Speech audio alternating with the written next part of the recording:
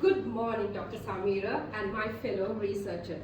Today, I'm excited to share my research proposal for BA Honours in English and TESOL with Coventry University, UK.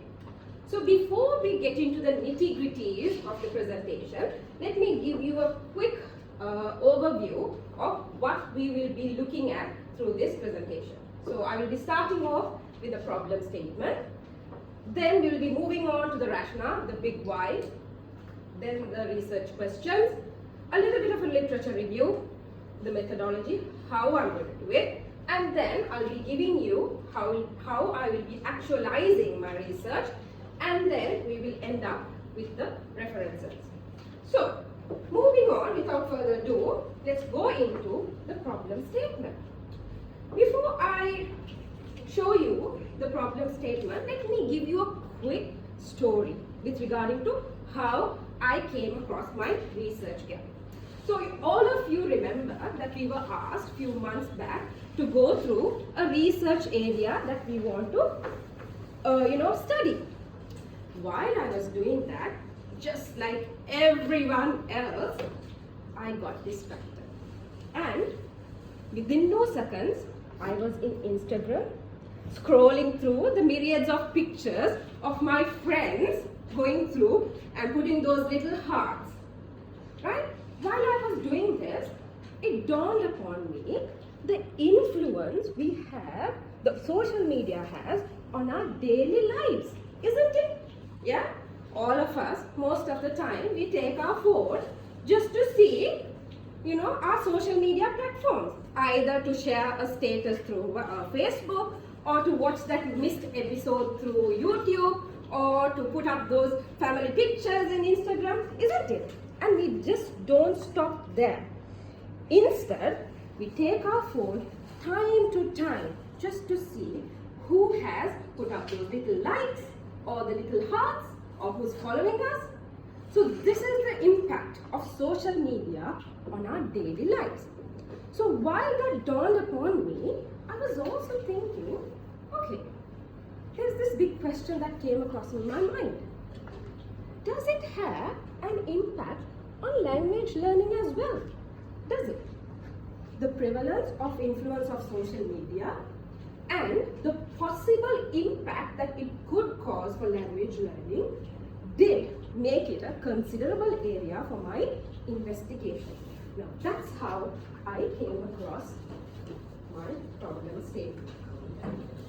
While there is a considerable influence with regarding to social media in our lives, according to the Sri Lankan context, there might be a possibility where it might influence language learning as well in the Sri Lankan text. So there you go. That's how I came across my problem statement. So you might ask me, okay, fine, Sri Lanka, a research gap, you have an area for investigation. Why are you doing it? Hasn't anyone done this before? The rationale for my project. It bases upon three important pillars. Number one, despite the growing recognition of social media's potential in English language learning, there is a lack of comprehensive research on this specific area. Also, if you look at it, hasn't anyone done before? Yes, they have. Existing studies have primarily focused on specific aspects of social media, like the impact of Facebook on vocabulary development or the role of YouTube on pronunciation practice. And also, we are in need for more holistic understanding in this specific area, considering the facts, language acquisition theories, social media usage patterns, and socio-cultural context. And all of this is within the context of Sri Lanka. Right. You may even ask me, okay, what's your big aim? So what are your objectives on it? Let me tell you. My big aim is to give you a comprehensive investigation on the influence of social media in English language learning, particularly amongst young adults in Sri Lanka. Also, through this investigation, don't worry, we will be looking upon motivations, goals and strategies using social media amongst young adults. We will be also identifying the common platforms and tools, and then we will be examining the impact of different usage patterns, assess the perceived benefits of social media in education with regard to language learning. Through all of this, we will also, by going through this study, the findings will help to better understand the role of social media, and also it will provide valuable insights for educators, policymakers and language learners. So, now this is my rationale for the project, and we will also answer some critical questions through my proposal. Let's look at it. Preferred social media platform are some, and then we will be looking at to what extent specific social media platforms are used by these young adults, factors that influence preferred social media platforms. Then we will be looking into effectiveness of social media platforms, and there's more.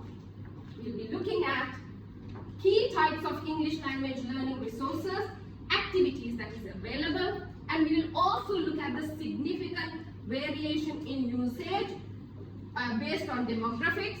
And last but not least, we'll be looking into the impact of utilizing social media platforms for language proficiency and also to build self-confidence. Right. Moving on, we are looking at the literature. Let's just briefly touch upon this. Let's see what are the existing literature that has informed our research. Right. Now, there are these literatures studies that have done, and they have highlighted the importance of or the significance of social media by these, through these studies. And then there is literature based on role of social media in education. And you may ask me, what about the Sri Lankan context? Yes, significance of English language learning in Sri Lanka. There are literature that highlights that.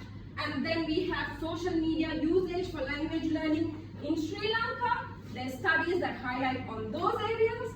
And also, yes, there are comparative studies that have been conducted globally. What I'm trying to do is, I'm trying to give you, in Sri Lankan context, acknowledging the unique cultural and linguistic considerations. That's what I'm going to give you through my research. Okay, how am I going to do it? Right? First and foremost, looking at the population. My population was young adults in Sri Lanka who are aged 18 to 34, actively engaged in social media and involved in English language learning. Because it's all about to know the effect on English language or the influence of English language learning. And then I have used multi-stage sampling approaches to get into my sample size, right? First and foremost, I use convenience sampling to get the district which is convenient for me, and purposive sampling to choose the specific institutes around Colombo that give districts that gives degree awarding English language programs, or state universities that presents linguistic programs. Yeah, and then I will be using simple random sampling to give an equal opportunity within these institutions. Now, again, you might ask me, why did you use this?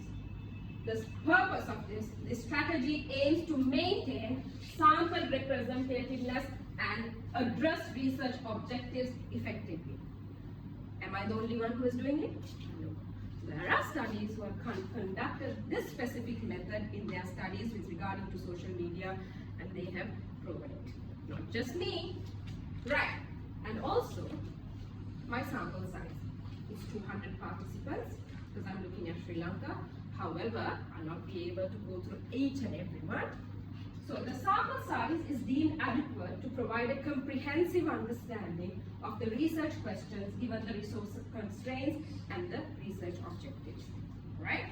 Moving on, let's look at our research design. What is my design?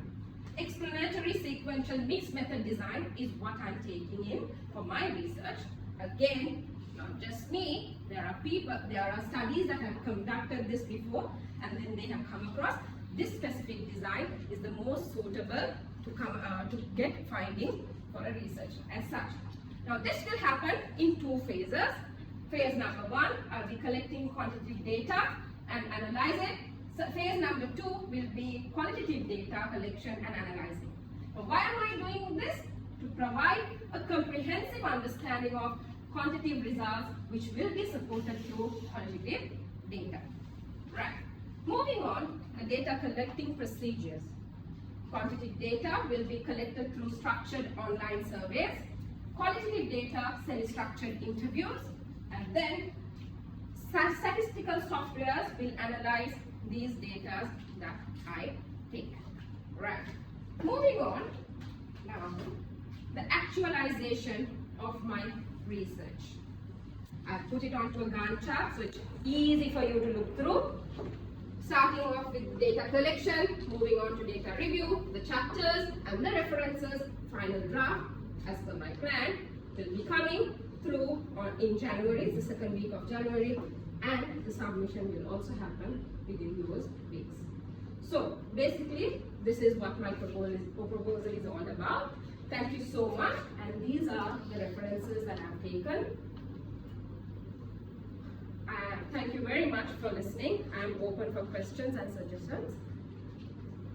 Just, Shazia, given the fact that your sample size is 200, do you think that the time available will be enough for you to collect the data, analyze the data, and make your conclusions? I'm just talking about the time aspect, because 200 is a very good number, even for a first degree research.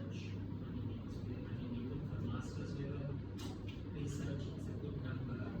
But my worry with you is the time constraint. Do you think that because we are halfway through November, when are you supposed to submit? By the end of January, sir.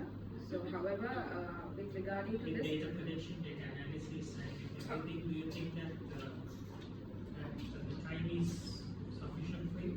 So far, I've looked at a few institutes that I could approach, and also some one of the government universities as well within Colombo.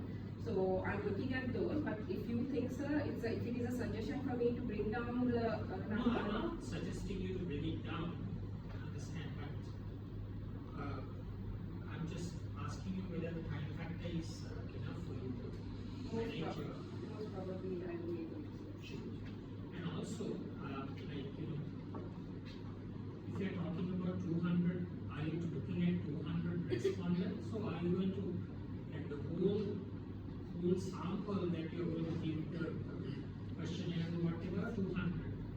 So do you want 200 responses, or are you looking at the entire number of questionnaires that you're going to give out? 200. I'm looking at responses as 200 because I'm doing an online quantitative collection. So that means I'll be able to send it to more people and look at 200. Yeah, because it's just practical concern that I have is that normally people are very sort of lazy to respond. Understand? People don't respond normally. So if you want 200, you might have to circulate about, triple the size. So if you send about 800, maybe sometimes even 1,000, then you will get 200 kind of. So that is practical. Yes. Can you go to the third slide?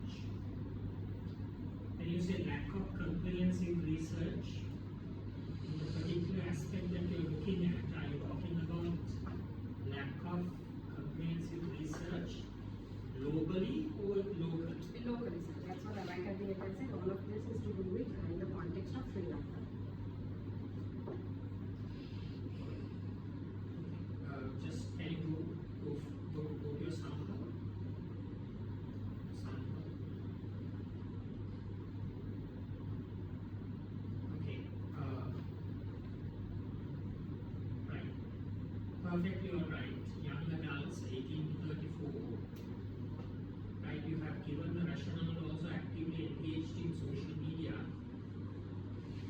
But my question is, isn't language learning taking place with the other age groups as well? It That does. may be older than that or younger than that.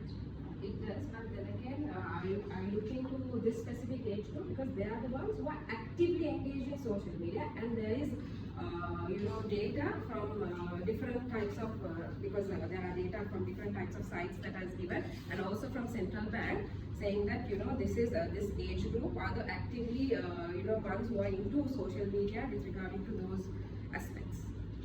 Alright. Seems that you're clear on what you want to do. So you can, I think you have started your work, okay? I think since there's little time available, right?